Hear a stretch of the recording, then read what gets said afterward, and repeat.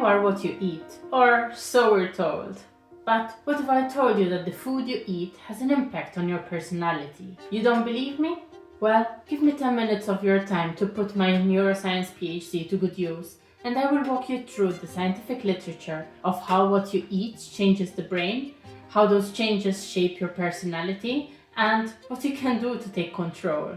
Interested? Well, let's go. Hi there, I'm a vet, neuroscientist and an author of several neuroscience studies. On this channel, I break down how the brain works, decode its mysteries, and explore the deeper questions that they raise about who we are and how science might shape our future.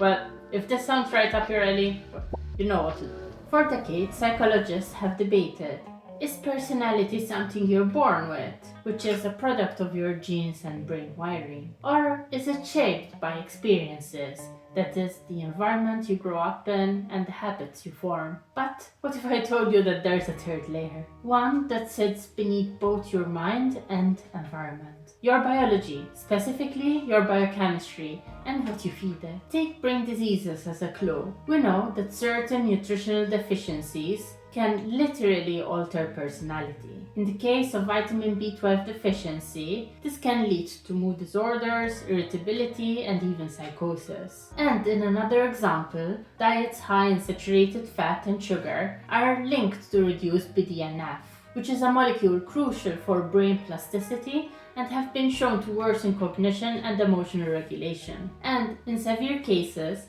diseases like the Wernicke-Korsakoff syndrome, caused by thiamine deficiency, can trigger profound personality shifts, including apathy, aggression, and memory distortions. So if food, or the lack thereof, can cause those kinds of changes in extreme cases, what is food doing to all of us every day in ways we barely notice? Well, even in non-clinical settings, there's emerging evidence that our eating patterns can nudge our personalities over time. Some studies, like this one, suggest that chronic inflammation, often driven by poor diet, is linked to increased neuroticism, which is one of the big 5 personality traits. And it is one of the most common personality assessments out there. And then, for example, deficiencies in omega-3 fatty acids are associated with lower agreeableness. That is, that people become more irritable and less cooperative.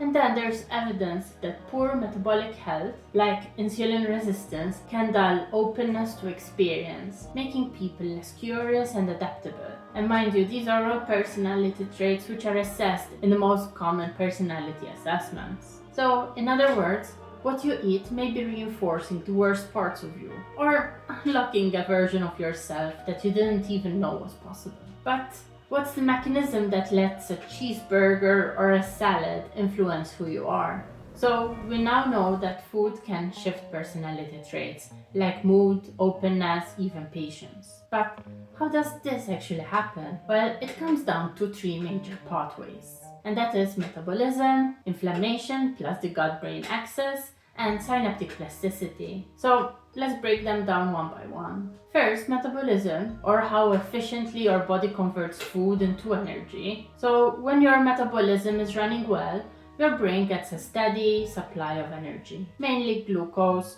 or ketones depending on your diet. This fuel clears thinking, stable mood, and cognitive flexibility. But with a poor diet, which is high in sugars and processed food, you develop insulin resistance, even in the brain. And when neurons can't use energy properly, you start to get brain fog, low motivation, and less flexibility. This is critical because flexibility is the foundation of traits like openness to experience, your willingness to try new things, to adapt, to grow. So a sluggish metabolism doesn't just slow your body, it slows your personality. Next is inflammation. Chronically inflamed brains tend to exhibit more neuroticism, anxiety, mood swings, and emotional instability. Basically, less agreeableness, which is more irritability and less patience. So, what drives this inflammation? Often ultra-processed foods, such as high in saturated fat and sugar, are key culprits. But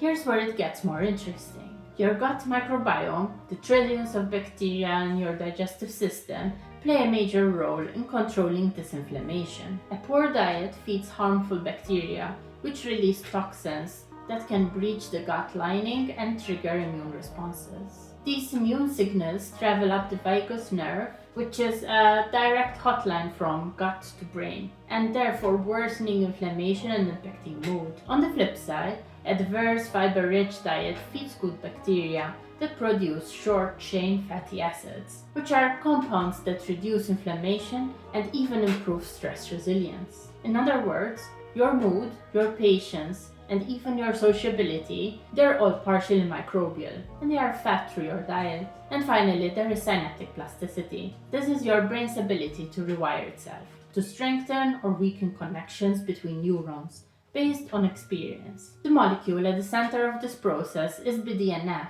which stands for brain-derived neurotrophic factor. Healthy fats like the omega-3s and fasting and exercise all increase BDNF.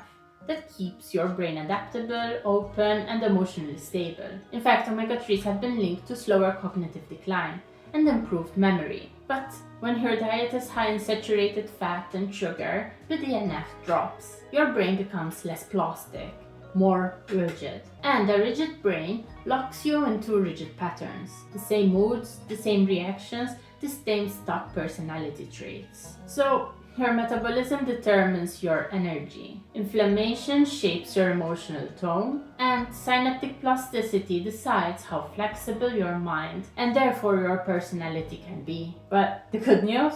You can influence all three through your daily habits. So, just before we move on to the next part, I want to address a comment I received on one of my previous videos. Someone pointed out that when I mention human studies about food, I'm often referring to correlational or observational research. And actually, they're absolutely right. Because, as you know, correlation isn't causation. But here's the thing. When it comes to human nutrition studies, it's incredibly difficult to control for every variable. Because you can't lock people in a lab for years and monitor every single thing they eat, drink, and do. So most of what we have are studies that suggest associations, not definitive cause and effect. So that's just a heads up for you. These studies point us in a direction, but it's not the full picture. We're still figuring that out. And of course, I'm just a rando on the internet, not your doctor. So please don't take any of this as medical advice. But I do hope you find it informative, and maybe it will spark a new perspective on the choices we make every day. So fingers crossed, and let's continue. So if you made it this far, I hope we can agree that food can influence your personality. But the real question is, what can you actually do to shift the odds in your favor? Well, I could give you a typical list of foods to avoid and others to increase. But I think we can do better than that. I am not a nutritionist, and honestly there are plenty of channels that can break down nutrition basics far better. So instead, I want to help you peel back one more layer, to look beyond the obvious. For example, if you eat meat, have you ever asked yourself, was this animal stressed? Was it ethically sourced? Because stressed animals don't just taste worse, as you can see in the study here, but stress before slaughter also floods animal tissue with stress hormones, lactic acid, and oxidative byproducts. Now, while there's no conclusive human study yet linking this to mental health, early research suggests that stressed meat contains higher levels of oxidative compounds. And when you eat that, you may be feeding inflammation in your body. And we already know that chronic inflammation is a driver of anxiety, depression, and mood instability. So choosing ethically sourced, well-treated animal products might not just be an altruistic gesture. It could be a choice that protects your own brain. And if stress in animals can linger in their tissue, what about the silent residues in our everyday foods? Things like microplastics, pesticides, and substances we barely notice. Yet, they're bioactive. And they don't just disappear when we eat them. So yeah, after all, this video isn't just about food. It is about you. Because what if the thing holding you back from what you want isn't you, but it's what you're consuming? And well, if that's the case, then changing what's on your plate could be the first thing to change your life.